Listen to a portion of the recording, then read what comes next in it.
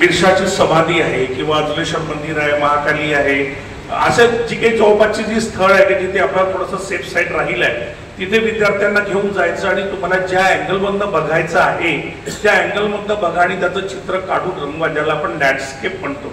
त्याचा बेनिफिट असं झाला की विद्यार्थ्यांना पर्स्पेक्टिव्हचं नॉलेज आलं. म्हणजे पुढे जर ते आर्किटेक्चर्स आणि या पुरातत्व विभागाला जर गेला तर त्यांना त्याचा उपयोग होईल. पर्स्पेक्टिव्ह कळायला लागलं की एखादी गोष्टी मला इथे सरळ दिसते पण ती सरळ नाही आहे, ते कुठल्या तरी 1 पॉईंट पर्स्पेक्टिव्हला 2 पॉईंट पर्स्पेक्टिव्हला गेलाय. म्हणजे पोरांना जी अडचण आली मग ती अडचण पोरं दुरुस्त करायला लागले. तर अशा पद्धतीने विद्यार्थ्यांना सांगण्याचा, इतिहास पटवून देण्याचा प्रयत्न मी करतोय कला या माध्यमातून. आणि गोंडा महादेव जो आपण म्हणतोय त्या ठिकाणी एक जसं तुम्ही सांगितलं मकर, मला पण अभ्यासामधला तो एक भाग आहे, वास्तुशास्त्र आणि मूर्तिशास्त्र त्याचा अभ्यास, म्हणजे मोगलपर्यंत अभ्यास केलेला. त्याच्यामध्ये नरशिवाची मूर्ती आहे त्या ठिकाणी, त्याच्याबद्दल काही तुम्ही विशेष सांगाल का? कुठल्या? त्याच महादेव मंदिराच्या पॅरापीट वरती नरशिवाची मूर्ती छोटी खाली, आणि ती इजिप्शियन स्टाईल मध्ये आहे. अच्छा, मागच्या बाजूला समोरच्या भागाला जो छोटासा पॅरापीट वॉल आहे. पॅरापीट वॉल म्हणजे आतल्या गर्भगृहाचा? नाही, गर्भगृहाच्या बाहेर बाहेर बाहेर नाही, याच्यावर माझं लक्ष नाही गेलं. जर आता तुम्ही म्हणत आहे तर तुमच्या दृष्टीने आणखी बघायला पाहिजे. आणि इजिप्शियन स्टाईल मध्ये त्यांच्या केसांची रचना वगैरे, ते ट्रायंगल जसं स्पेरो किंवा मग आपलं नेफरतितीचे जसे केस असतात. याचं एक उत्तम उदाहरण आपल्या अंचलेश्वर मंदिरावर पण बरेच आपल्याला हे दिसतात की इंग्रज बंदुकी धरून, म्हणजे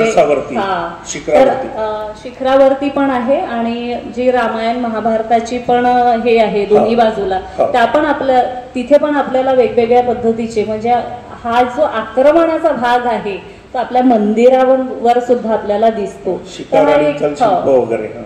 तर हा एक वेगळा भाग ते म्हणत असतील तर त्या अँगलनी पण आता मला बघावं लागेल.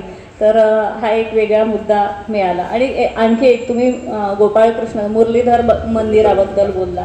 मी देगलूरकर सरांना घेऊन गेली होती आणि अक्षरशः मला थोडंसं चंद्रपूरबद्दल हे वाटलं की भाषेचा अभ्यासक बसलेला आहे. मुरलीधर मंदिर बोर्ड आपण बरोबर केला पाहिजे, आपलं कर्तव्य आहे ते. म्हणजे जर नाव चुकीचं लिहिले असेल, देगलूरकर सरांनी पहिले त्याच्यावर हे दाखवलं, लीवर रफार आहे. तर आपलं हेही काम आहे की सगळ्या जे काही मॉन्युमेंट्स असतील तिथले जे काही नावं आहे ते व्यवस्थित आहे की नाही हेही आपण तपासलं पाहिजे. तर याच्यासाठी कोणाला अर्ज करायचे असतील किंवा काही, तर आपण त्याच्यातही लोकसहभागातून ही गोष्ट करू शकतो. एक छोटंसं काम आहे पण त्याच्यामुळे बाहेरच्या आलेल्या व्यक्तीला आपली उणीव तिथे दिसत आहे, हे होता कामा नये.